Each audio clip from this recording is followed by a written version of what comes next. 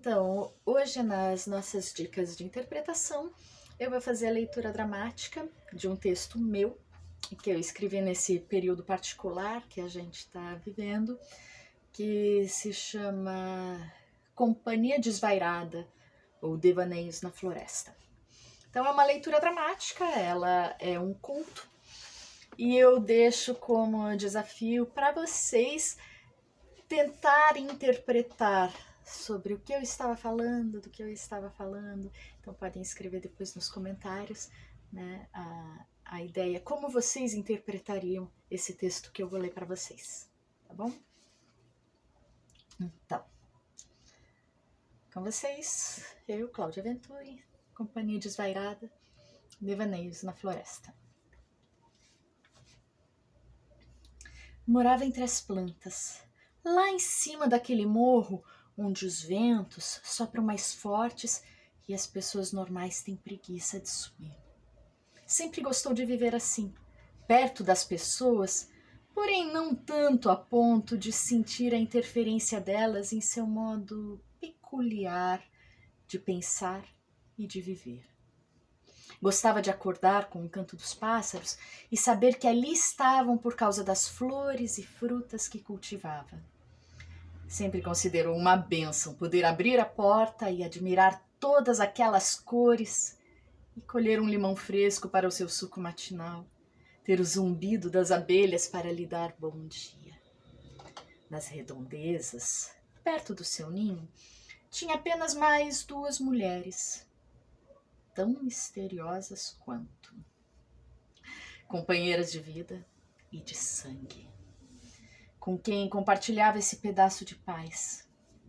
Tinha também 2 cães brincalhões e estabanados, como costumam ser os cães, que circulavam entre as vivendas das 3. Cada uma das mulheres tinha também uma gata idosa, cada uma das outras. Toda mulher sábia tem um gato, pelo menos um. O companheiro íntimo, protetor das energias, para lembrá-las de sua ligação com o astral e de sua origem em um plano superior. Mas esta não tinha mais o seu. Ele havia cumprido com a sua missão divina e partido para alegrar outros seres. E ela ainda não havia tido a chance de encontrar um novo parceiro. Já havia se casado, é verdade, em outros tempos, outras paragens. A vida dá voltas. E nessas andanças, às vezes, as almas se desencontram. Então descobriu que gostava mesmo é de ter tempo e espaço só para si. Não era antissocial, não. Só prezava a sua intimidade e sentia mesmo necessidade desse tempo e desse espaço que pudesse dedicar só a si. Porém, vez ou outra, sentia falta de uma companhia para papos e devaneios de mentes que abrigam o mundo e não encontram limites na terra. Ou mesmo para um café forte, ou um chá de ervas, temperado com um abraço gostoso, intenso. Um beijo. Uma mordidinha, talvez. Quem sabe? Muitas vezes tinha ideias que escapavam às convenções e padrões sociais, e esse era apenas mais um motivo para preferir manter o seu espaço protegido de olhares que ainda não haviam adquirido a grandeza de viver sem julgar. Mesmo assim, não se destacava de cara. De longe até se confundia na multidão de seres, todos iguais. Muitos nunca desconfiaram da grandeza desse coração e de sua sede de abraçar o mundo, abrindo-se para possibilidades que nem ela conseguiria imaginar antes que improvisamente aparecessem em sua vida. Assim aconteceu, certa vez. Uma terrível maldição se abateu sobre vários reinados. Todos os que se tinham notícias até aquele momento. Havia um mal que assolava as pessoas e as perseguia pelas ruas, devorando as entranhas de quem se atrevesse a perambular sem razão imediata. Esse fato constrangeu os habitantes daquela área a ficarem em casa para a proteção de todos. Poucos saíam, furtivamente, apenas para o básico, mas com muito cuidado, procurando se proteger do mal que espreitava nas esquinas.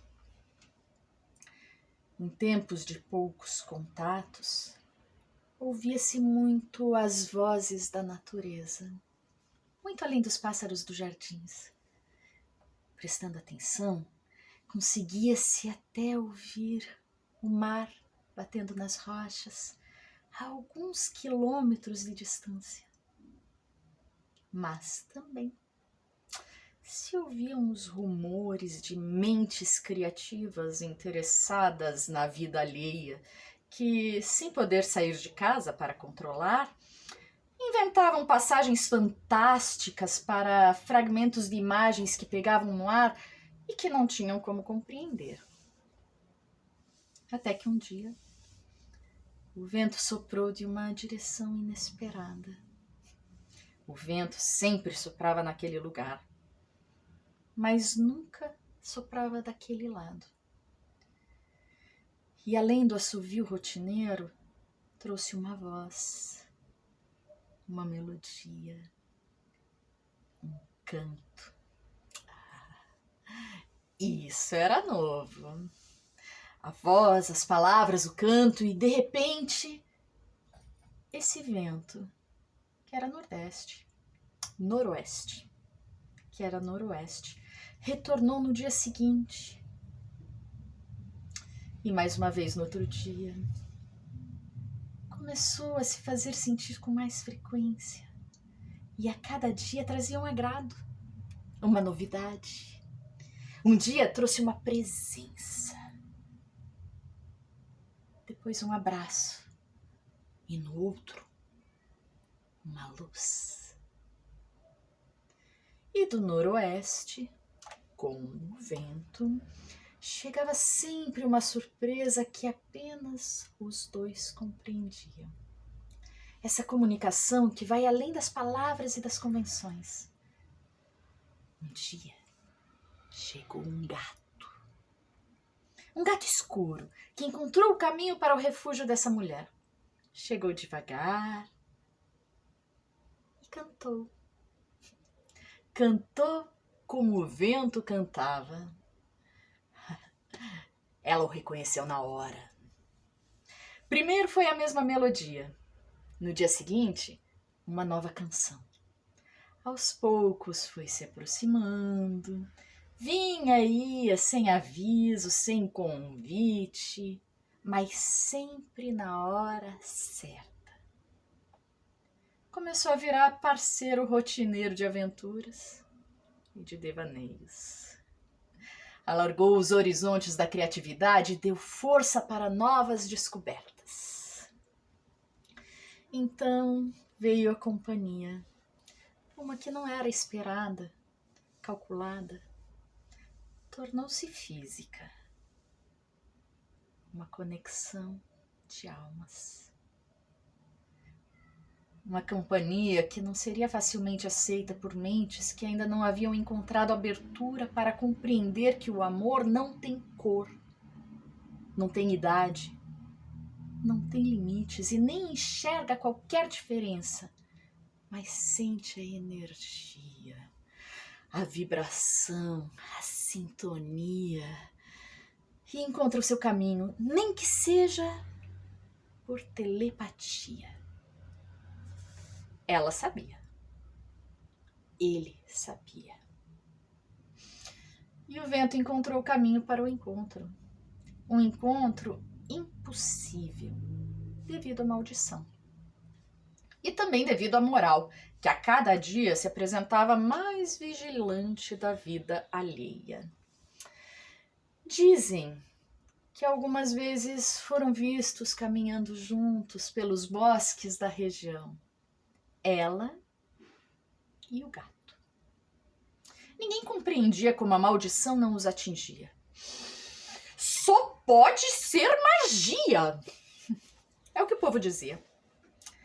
Alguns afirmavam que a viam dançando nua entre as folhas, na companhia desse gato que ninguém conhecia, mas ouviam a canção que a movia. Como ninguém havia botado os olhos em tal felino e nunca viam de onde vinha ou para onde ia, começaram a imaginar e a contar histórias. A criatividade parecia ter tomado conta das mentes pequenas daquela região. Mas elas não conheciam a abrangência do amor além dos limites que lhes haviam sido transmitidos e repetidos por gerações.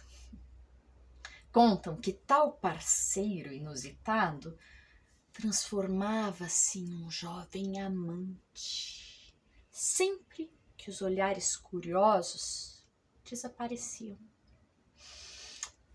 Só podia. Eu bem que sabia.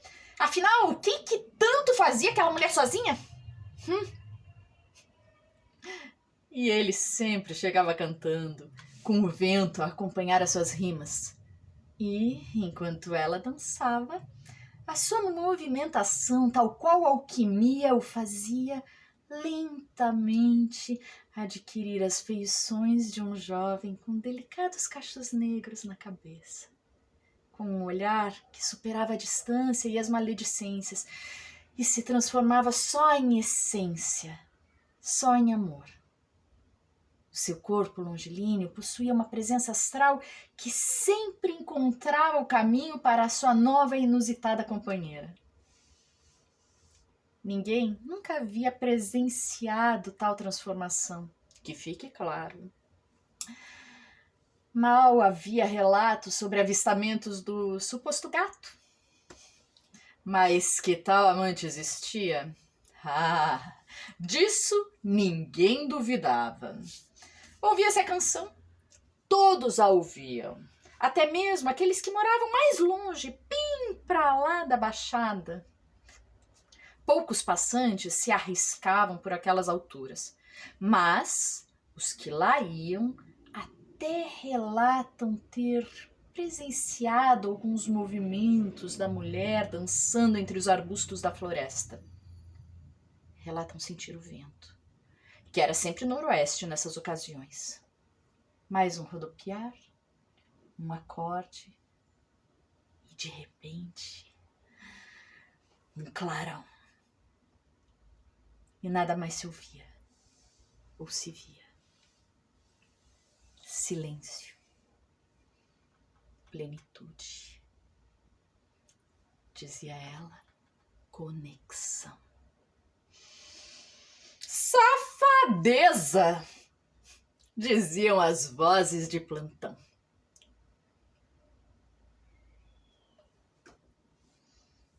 Então, esse é o texto que eu tinha para hoje, né, de minha autoria, os devaneios.